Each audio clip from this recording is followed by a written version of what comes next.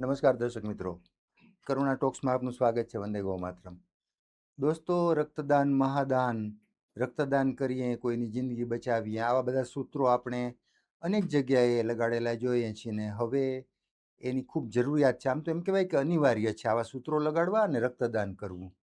આજથી 30-40 વર્ષ પહેલાં લોકો રક્તદાન કરતા ડરતા હતા અને ત્યારે ઓછા લોકો રક્તદાન કરતા હતા, પણ ત્યારે એટલી રક્તની કદાચ જરૂર પણ નહોતી પડતી. અને કદાચ કોઈને એમ કહેવામાં આવતું આજથી 30-40 કે 50 વર્ષ પહેલાં કે ભાઈ એક બોટલ લોહી ચડાવવું પડશે, તો લોકો ડરી જતા હતા કે ઓહો, મને એટલી બધી શું તકલીફ થઈ ગઈ છે. અથવા ઘરના સભ્યો છે, પરિવારના સભ્યો, એ પણ ડરતા હતા કે ભાઈ આમને શું એટલું બધું થઈ ગયું કે લોહી ચડાવવું પડશે.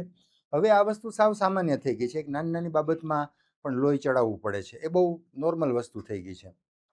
એટલે એનો અર્થ એ થાય કે 30-40 વર્ષ પહેલાં રક્તદાન ઓછું થતું હતું, ઓછા લોકો રક્તદાન કરતા હતા અને ઓછી જરૂર હતી તો ચાલતું હતું.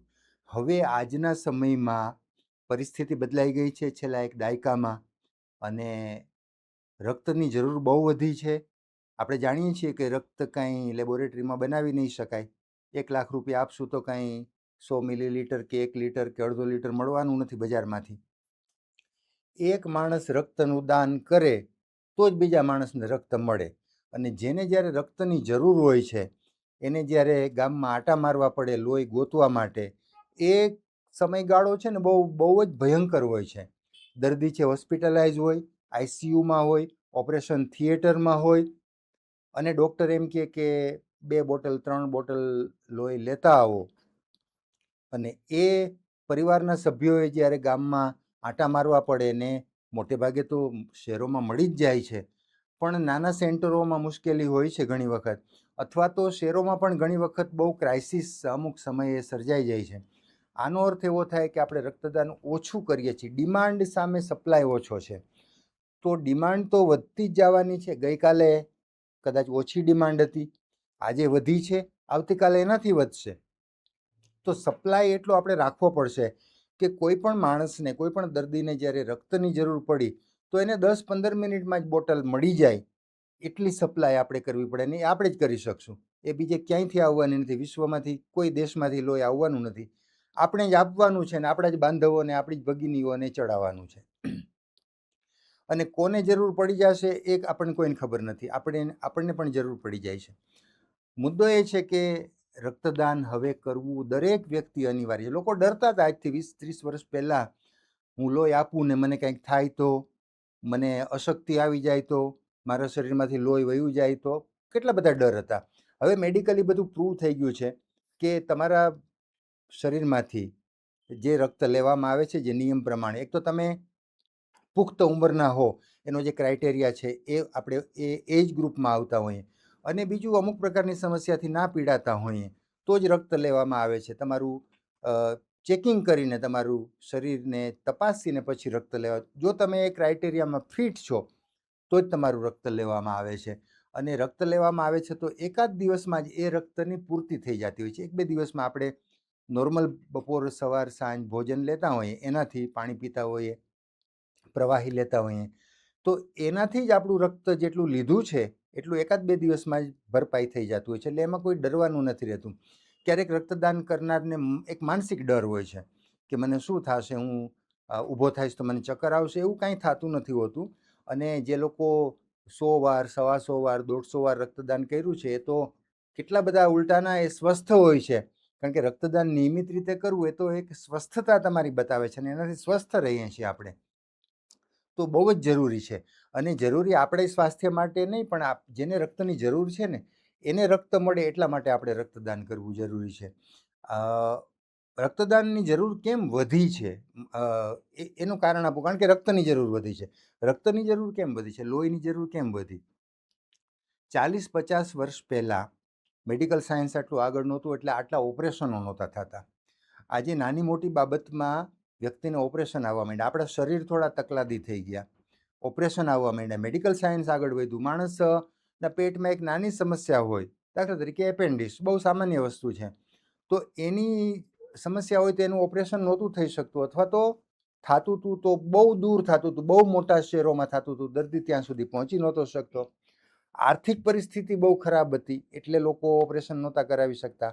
એ દર્દ સાથે લોકો મૃત્યુ પસંદ કરી લેતા હતા, પણ દવાખાને ઓપરેશન નહોતા કરાવી શકતા. આવી પણ એક સમસ્યા હતી. મધ્યમ વર્ગ, ગરીબ વર્ગના લોકો માટે આ સમસ્યા હતી વર્ષો પહેલા. બીજું, મેડિકલ સાયન્સ એટલું આગળ નહોતું. પછી કે આ બધી પ્રકારની સમસ્યાઓ છે, તો એમાં આપણે તાત્કાલિક નિર્ણય કરવો જોઈએ અથવા ઓપરેશન કરાવી લેવું જોઈએ, એવી કોઈ એક જાગૃતિ પણ નહોતી. તો ઓપરેશન જ ઓછા થતા હતા, તો રક્તની જરૂર નહોતી પડતી. અચ્છા, દરેક ઓપરેશનમાં રક્તની જરૂર પણ નથી. કોઈક એવા સંજોગો થયા છે તો જ રક્તની જરૂર છે. તો અગાઉ ઓપરેશન ઓછા થતા હતા, રક્તની જરૂર ઓછી રહેતી હતી, લોકોનું સ્વાસ્થ્ય પ્રમાણમાં સારું હતું, જાગૃતિ નહોતી, મેડિકલ સાયન્સ આગળ. તો આવા કારણોસર રક્તદાનની જરૂર અને રક્તની જરૂર ઓછી પડતી હતી, એટલે દાનની જરૂર ઓછી પડતી હતી. હવે રોગ વધ્યા, સમસ્યાઓ વધી, મેડિકલ સાયન્સ આગળ વધ્યું, તો રક્તની જરૂર આમે દર્દીઓને પડવા લાગી છે. લોકોને નવા નવા રોગ થવા માંડ્યા, ઓપરેશન બહુ થવા માંડ્યા છે. મેડિકલ સાયન્સ બહુ આગળ વધ્યું, તો એને કારણે શું થયું કે ઓપરેશનો, નાની મોટી બાબતમાં ઓપરેશન થવા લાગ્યા. લોકોના સ્વાસ્થ્ય માટે કરાવવું જરૂરી હોય છે. તો એને કારણે આ બધી પરિસ્થિતિ આવી. તો ઓપરેશન વધ્યા, તો ક્યારેક દર્દીને લોહીની જરૂર વધી. તો લોહીની જરૂર વધી તો પાછી દાન કરેલું હશે, સ્ટોરેજ કરેલું હશે બ્લડ બેંકમાં, તો જ મળશે. તો આ બધા સંજોગોને કારણે હવે રક્તની જરૂર વધી. વાહનો બહુ વધ્યા. આપણે જાણીએ છીએ કે આપણી આજુબાજુમાં બહુ વાહનો વધ્યા છે. આપણા દરેક વ્યક્તિ પાસે, દરેક પરિવાર પાસે અત્યારે 3, 4, 5 વાહનો છે. વાહનો વધ્યા, અકસ્માત વધ્યા. અકસ્માતના કિસ્સામાં લોહી વહી જાય એટલે લોહીની જરૂર પડે છે બહુ. તો આવા કેટલાય સંજોગો, પ્રસૂતાઓને પણ લોહીની જરૂર પડે છે. તો આ બધા સંજોગોમાં લોહીનો ઉપયોગ વધ્યો છે, લોહી ચડાવવાની જરૂરિયાત વધી. અને જો આપણે પુરવઠો પૂરો નહીં રાખીએ પૂરતો, તો પરિસ્થિતિ બહુ ખરાબ થશે. આજે જે પરિસ્થિતિ છે, આના કરતાં આવતા 10, 20, 30 વર્ષ પછી હજી લોહીની જરૂરિયાત વધશે. વાહનો વધશે તો અકસ્માત વધવાની સંભાવના છે. આપણે ઈચ્છીએ કે એવું કાંઈ થાય નહીં, પણ આપણે ઈચ્છીએ એવું બધું નથી થતું ને. આપણે ઈચ્છીએ એવું નથી થતું. તો લોહીની જરૂર વધશે, અકસ્માતો વધે, લોહીની જરૂર વધે, ઓપરેશન વધે, લોહીની જરૂર વધે, લોકોમાં નવા નવા રોગ આવતા જાય, તો ક્યાંક લોહી ચડાવવાની જરૂર પડી જાય. લોકોનું સ્વાસ્થ્ય નબળું પડતું જાય, તો એને કારણે પણ ક્યાંક લોહી ચડાવવાની જરૂરિયાત વધશે. તો સંભવ છે કે આવતા 10, 20, 30 વર્ષમાં રક્તદાન બહુ કરવું પડશે, કારણ કે બહુ લોહીની જરૂર પડશે. દાન નહીં કરીએ તો મળશે ક્યાંથી? લેબોરેટરીમાં તો બનતું નથી. તો રક્તદાનની બહુ જરૂર પડવાની છે આવતા દિવસોમાં.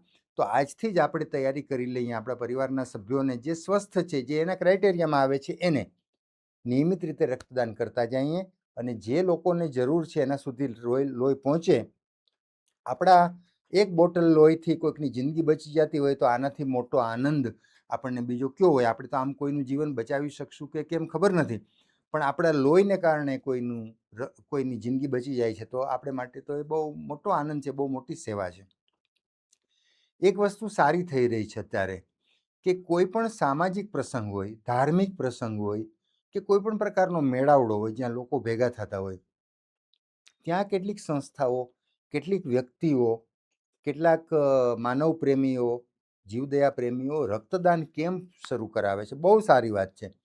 દાખલા તરીકે કોઈ ધાર્મિક ક્યાંક ભાગવત સપ્તાહ બેઠી છે, રામકથા બેઠી છે, તો 9 દિવસનો આખો પ્રોગ્રામ છે, 7 દિવસનો પ્રોગ્રામ છે, તો કેટલીક સંસ્થાઓ, કેટલાક વ્યક્તિઓ ત્યાં 7 દિવસ, 9 દિવસ રક્તદાન કેમ્પ ચાલુ કરાવે છે. દાખલા તરીકે અત્યારે જ રાજકોટની વાત કરીએ તો હનુમાન ચાલીસા કથા ચાલે છે રાજકોટમાં, બહુ સરસ રીતે શરૂઆત થઈ છે, હજારો લોકો આવે છે. તો ત્યાં રક્તદાન કેમ્પ શરૂ થઈ ગયા છે, ચાલે છે, બહુ સારી વાત છે. અનેક લોકો રક્તદાન કરે છે. તો આ બહુ પ્રોત્સાહક પ્રવૃત્તિ છે. તો કાર્યક્રમ તો ધાર્મિક છે, પણ ધાર્મિક કાર્યક્રમમાં જે હજારો લોકો આવે છે એમાંથી સેંકડો લોકો તો રક્તદાન કરે જ છે. સારી વાત છે. કેટલું બધું રક્ત એકત્રિત થઈ જશે. તો આવા કાર્યક્રમોમાં રક્તદાન પ્રવૃત્તિ થાય એ બહુ જરૂરી છે. આ તો વાત થઈ ધાર્મિક કાર્યક્રમની. એ જ રીતે કોઈ પણ સામાજિક મેળાવડા હોય, હું તો એમ કહું કે લોકમેળાઓમાં પણ હવે આવતા દિવસોમાં રક્તદાન કેમ્પો ધમધમતા થાય એ દિવસો આવી રહ્યા છે. એ દિવસો આપણે લઈ આવવાના છે, કે શ્રાવણ મહિનાના મેળા હોય કે શિવરાત્રિનો મેળો હોય, એમાં પણ રક્તદાન થતું હશે ક્યાંક, ખબર નથી મને. પણ આવા સામાજિક કાર્યક્રમો, ઉત્સાહ ઉમંગના જે પ્રોગ્રામો છે, એમાં પણ રક્તદાન કેમ્પ થાય. જ્ઞાતિના સંમેલનો છે, જ્ઞાતિઓના સંમેલનો બહુ થતા હોય છે, તો એમાં પણ રક્તદાન કેમ્પ શરૂ થઈ જાય. કોઈ અન્ય સંસ્થાઓના કાર્યક્રમ છે, કોઈ કર્મચારીઓના પ્રોગ્રામો છે, કોઈ ક્લબ એક્ટિવિટી છે, ભલે ને 100-200 માણસો જ ભેગા થાય, એમાંથી 25 લોકો રક્તદાન કરે તો 25 બોટલ તો બ્લડ બેંકને મળી ગયું.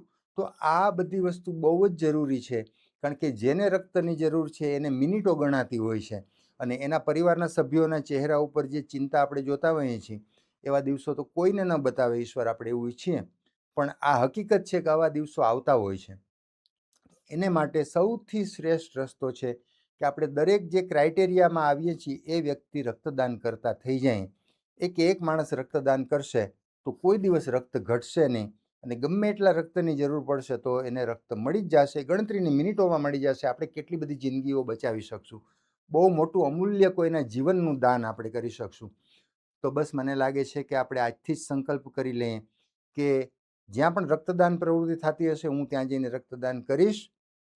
અને નહીં થતી હોય, માનો કે મારા ધ્યાનમાં ક્યાંય નથી આવ્યું, તો પણ નિયમિત રીતે જે એનો 3-4 મહિનાનો સ્લેબ હોય છે એ પૂરો થાય એટલે હું ફરીથી સિવિલ હોસ્પિટલમાં અથવા તો કોઈ બ્લડ બેંકમાં અથવા તો ક્યાંય પણ જ્યાં રક્ત સ્વીકારવામાં આવે છે ત્યાં જઈને હું રક્તદાન કરીશ.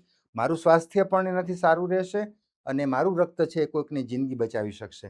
તો બસ આજથી સંકલ્પ કરી લઈએ કે આપણે નિયમિત રીતે 2026નું વર્ષ આવે છે, આપણે કંઈક પ્રતિજ્ઞા લેતા હોઈએ છીએ, નવા વર્ષના સંકલ્પો કરતા હોઈએ છીએ, તો બીજા સંકલ્પો તો જે કરતા હોય એ કરશું, પણ રક્તદાનનો સંકલ્પ એમાં ઉમેરી દેશું તો મને લાગે છે બહુ મોટું કામ થશે. બસ આજે આટલી વાત કરવી હતી. ફરી પાછા કોઈ નવી વાત સાથે, નવા વિષય સાથે મુલાકાત કરશું. ત્યાં સુધી રજા આપશો. નમસ્કાર.